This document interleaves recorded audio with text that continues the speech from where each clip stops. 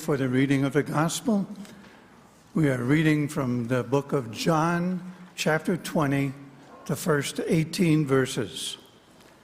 Early on the first day of the week, while it was still dark, Mary Magdalene came to the tomb and saw that the stone had been removed from the tomb.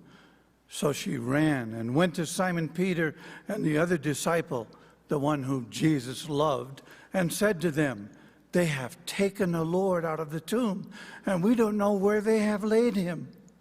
Then Peter and the other disciple set out and went toward the tomb. The two were running together, but the other disciple outran Peter and reached the tomb first. He bent down to look in and saw the linen wrappings lying there, but he did not go in. Then Simon Peter came, following him, and went into the tomb. He saw the linen wrappings lying there and the cloth that had been on Jesus' head, not lying with the linen wrappings, but rolled up in a place by itself. Then the other disciple, who reached the tomb first, also went in, and he saw and believed, for as yet they did not understand the scripture, that he must rise from the dead. Then the disciples returned to their homes. But Mary stood, weeping outside the tomb. As she wept, she bent over to look into the tomb, and she saw two angels in white sitting where the body of Jesus had been lying, one at the head and the other at the feet. They said to her, "Woman, why are you weeping?" She said to them, "They have taken away my Lord, and I don't know where they have laid him." When she had said this, she turned around and saw Jesus standing there, but she did not know it was Jesus. Jesus said to her, "Woman, why are you weeping?" She said to him, "Whom are you looking for?" Supposing him to be the gardener. She said to him, "Sir, if you have carried him away, tell me where you have laid him, and I will take him away." Jesus said to her, "Mary." She turned and said to him in Hebrew, "Rabboni," which means teacher. Jesus said to her, "Do not hold on to me, because I have not yet ascended to the Father. But go to my brothers and say to them, I am ascending to my Father and your Father, to my God and your God." Mary Magdalene went and announced to the disciples, "I have seen the Lord." And she told them that he had said these things to her.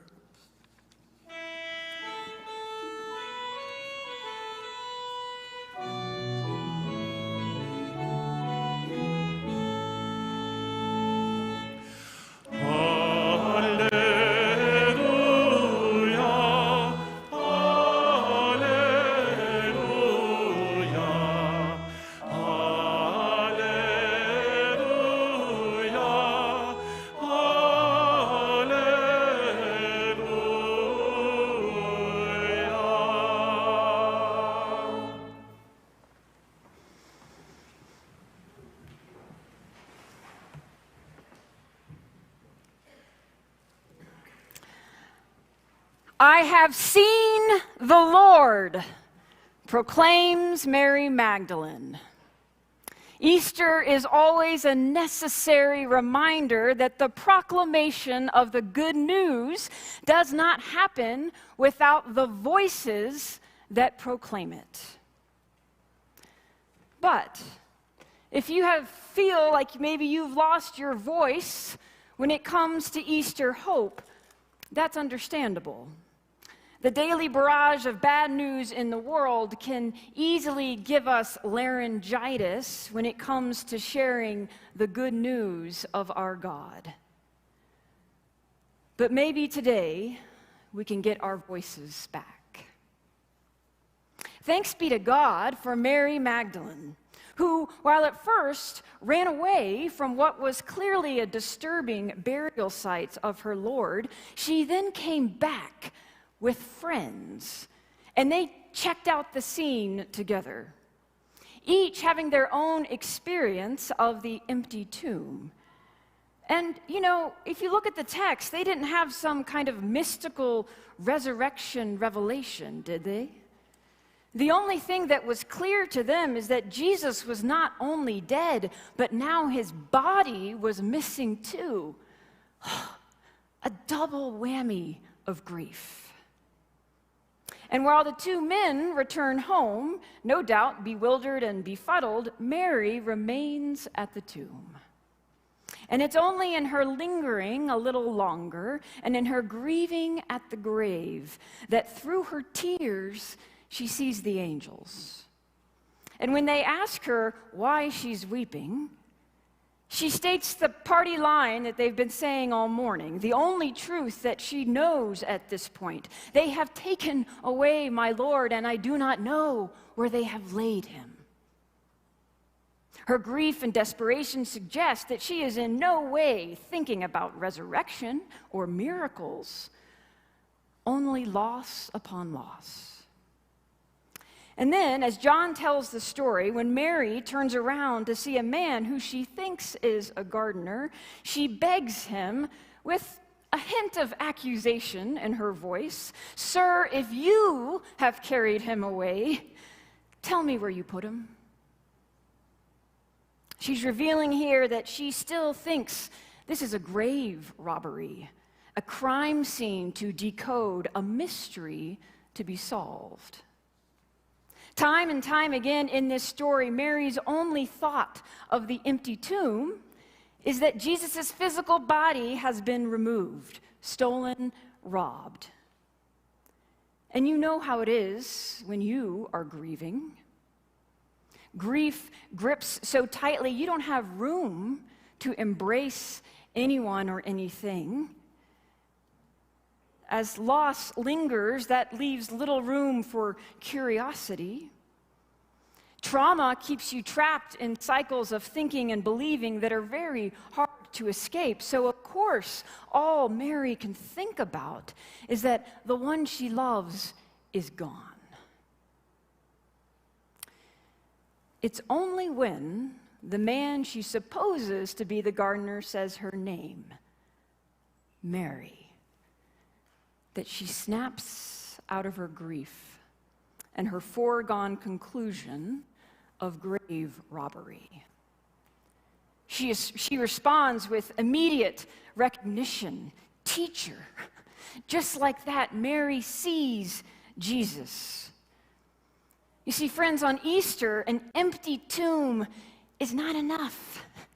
It takes a personal encounter with the living Christ for Mary to come out of her fog of grief and realize that someone has come alive again in her life, and it turns out in the world. It's not the silent absence of Jesus in the tomb that moves Mary to this moment of recognition. It's the presence of the risen Christ that calls her by name. I wonder if this means that faith might be less about what we cannot see and what we struggle to understand or what we feel like is missing, and maybe more about what is present, what we can see and hear in the encounters around us. If Mary's story is an example for us, then apparently you don't have to grasp the concept of the resurrection to recognize the voice that is calling your name, that wants to give you hope. The realization of resurrection takes time. The recognition of the living Christ in our midst, it takes time. But even more than that, it takes letting go, when all we want to do is hold on. It takes letting go of what we think should be true about our lives or how we think Jesus should be showing up in our lives in order to be free enough to embrace what is right before us and beside us. Mary does not see Jesus magically rise up out of a tomb coming back to life. She just hears him speak her name into the emptiness of her loss. it feels more like a moment of relief than a big flashy miracle. And we can infer from John's text that Mary must have run to embrace Jesus, because Jesus says to her, "Do not hold on to me." Now, you'd think that after the week of painful suffering and crucifixion that Jesus has been through, that he would be desperate for a touch that was not torture. But it seems that his comment probably isn't about the embrace itself, and it's more about the emotion behind it. The disciples, and I'm sure that included Mary, always wanted to keep Jesus near to the proximity of their experience. But Jesus has always been kind of hard to get a hold of, hasn't he? Even when he was a little boy, 12 years old, when the family went to Jerusalem, he slipped through the grasp of his parents' watch and ran off to the temple while they looked for him desperately. And in his adult life, when maybe we expected him to be in the temple teaching, he might be out on the hillside or in the desert praying or hanging out with prostitutes, tax collectors, sinners on the wrong side of town. He might just be walking on water or talking to a Samaritan woman at a well or riding a donkey into Jerusalem. It was always hard to know when Jesus would turn up anywhere. No one knew where he would be. And all Easter does is make it this way for all of eternity. Christ is on the loose, friends, and we never know where he will be next. There is no pinning him down, no getting a handle on him, no holding him back. He's like a firefly on a warm summer night, as my mentor says. Now, we call them lightning bugs in Texas, but you know, the insects that fly around and they flash. And as a kid, it's an irresistible desire to chase after the firefly. And what do we want to do? We want to catch it in a jar, don't we? And we want to put a lid on it and screw it tight so we can show all our friends that we have captured the lightning bug, the firefly. But the minute we capture the lightning bug, it begins to die. The minute we try to control its light, we lose it. And it's the same with Jesus. Every time we think we have a hold of Jesus, he's probably not going to stay long there, because he has places he wants to take us, people he wants us to meet. Jesus is free from the grave now, and he's roaming at large anywhere and everywhere, and he will not be confined. So, if he won't be confined, then where do we find him? Where does he show up? Well, I wonder if he's on the loose, if that means that we must turn our attention away from empty tombs to encounters of transformation. Sometimes these tombs that take all of our attention aren't so obvious to us. We don't realize how long we've been staring in at the same tomb, looking at the same thing, trying to get to a new place, realizing that we've been stagnant, just standing there frozen in our own beliefs or thoughts or ways of being, like Mary weeping at that tomb. We don't know that there might be another person right beside us waiting to call our name, to pull our attention elsewhere. How often do we stand looking at tombs, all the while missing the presence of the one who could help us, heal us, free us? Because that's the thing about Christ. When he's on the loose, he is going to show up in the people and places we don't expect it. And let me tell you, I have a story for you about this. Some of you know that Damon and I lost our luggage on our April 1st trip home from Sevilla, Spain. Or I should say the airlines lost our luggage. We didn't, of course. No big deal, lost luggage, it happens all the time. We will get it soon enough. We just need to file a claim. Now, friends, I don't have time to go into the details of this story, which is really a saga, except to say that the airline we booked our tickets on said that they could not help us file a claim. The airline we checked our bags with in Sevilla told us they could not help us file a claim. And the airline that we flew on the last leg of our trip into Denver told us they could not help us file a claim. These are the only 3 airlines we worked with. If they could not help us file a claim, who could? They had us going in circles, following the direction of whoever's finger was pointing at the next person, saying, it's not my responsibility, it's this airline. And it's been maddening, and we've tried everything, let me tell you. We were staring at an empty tomb, friends, getting nowhere. Until one of the many times we've been at DIA in the last 2 weeks, we saw a woman in the United Airlines area without anyone near her. Now, we did not fly United. You notice here I'm not calling out the airlines we did fly. I'm just going to talk about the ones who helped us. So this lady at United, her name was Stephanie. She had nothing to do with our flight, our bags, our ticket, anything. But something in us said, let's just ask her, if she were in our position, what would she do? And God bless Stephanie, because she helped us not just once, she helped Damon again this week twice. She not only located our bags for us on April 3rd, she also located them again on April 14th when we had made no headway with the other airline. Why she could find our bags and our airlines couldn't, it's beyond me. But she listened and she showed compassion. And granted, she said she was kind of limited in what she could do, but when she saw that our bags were in Munich, she told Damon, you need to talk to Eddie. Eddie at Lufthansa. You got to come back at this time, at this hour. And Damon did. This was all on Good Friday. And he waited for hours to speak to Eddie, but it was worth the wait. And initially, Eddie said, well, I can't really help you. You didn't fly our airlines. We didn't check the bag. And we said, we know. But Damon said to him, look, man, you're the only hope we've got. And so Eddie went out on a limb, and he tried. He typed in our baggage information, our ticket information again, nothing to do with his airline, and wouldn't you know, we got a file reference claim for our baggage, and we can track it now.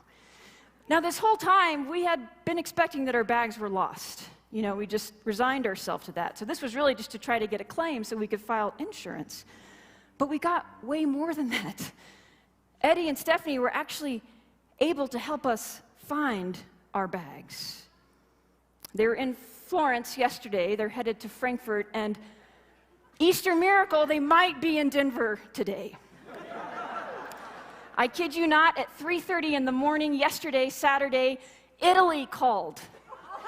Somebody from the Italian airport and said, if we were the Scalfaros, yes. Are you missing your bags? Yes. Do you live in Denver? Yes. Great, we're getting them to you. I would have thought it was a dream if I didn't have the call log on my phone. Now, we'll believe it when we see it, if our bags actually show up today. But regardless, here is the Easter good news in this story. When we turned away from the tomb that was empty of the 3 airlines that weren't helping us, it freed us to see the encounter that was waiting to happen at that United Airlines stand. That woman who was there to help, who led to a transformation of our whole experience.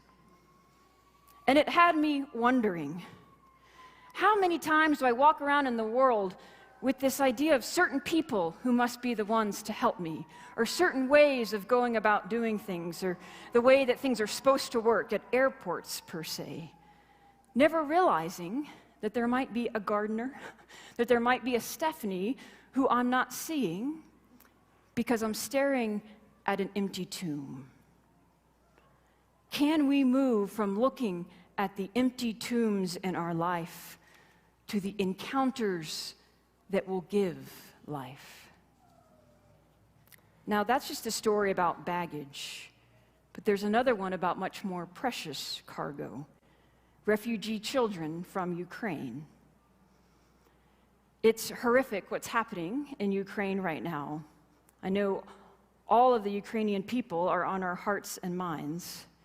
And those of us who were on this spiritual pilgrimage in Spain got to hear a story, a testimony, if you will, from our bus driver, Jose Manuel, who had just finished routes of driving from Spain to Poland to the border of Ukraine, getting children whose parents had been killed and bringing them to Spain. Many of these children had disabilities or situations where they needed extra care. We cannot stop believing in the power of humanity, even when what we see around us is all destruction. People like Jose Manuel remind us that Christ is on the loose, somewhere on the roads between Ukraine and Spain, getting children out of danger. He cannot stop the death that took the parents of those children, but he can ensure that they have a chance at life. Just because there is destruction around us does not mean there is also Christ around us. Hope, resurrection, new life. We just have to see it and be it. Maybe the divine is disguised as a gardener more than we think. Who are the gardeners in your life that you need to see? And who can you be a gardener to? Whose name do you need to call? How can you be the risen Christ that's on the loose in the world, not confined to heaven or this space we call the sanctuary or some mystical experience, but rather living inside of you and me? When we say Christ is on the loose, that doesn't mean he's loosey-goosey anywhere. That means he's present here, always within us. The power of the resurrection is not just about Easter morning. It's about every day that we choose to look away from the empty tomb and look to the living encounter waiting to be had. And know that no matter what Christ is up to next, he not only knows Mary's name, he knows your name too. So when you hear your name, be ready to respond. Be ready to let go and let loose yourself. Be ready to rise to the occasion and say, I have seen the Lord. And this is where I've seen him. Here and here, in you and in you and in you and in you. Because friends, if we do not proclaim the good news in the world, who will? Say it with me. I have seen the Lord. I have seen the Lord. I have seen the Lord. I have seen the Lord. I have seen the Lord. I have seen the Lord. Find the ways that you see the Lord and show people how he's showing up, because he is. Amen.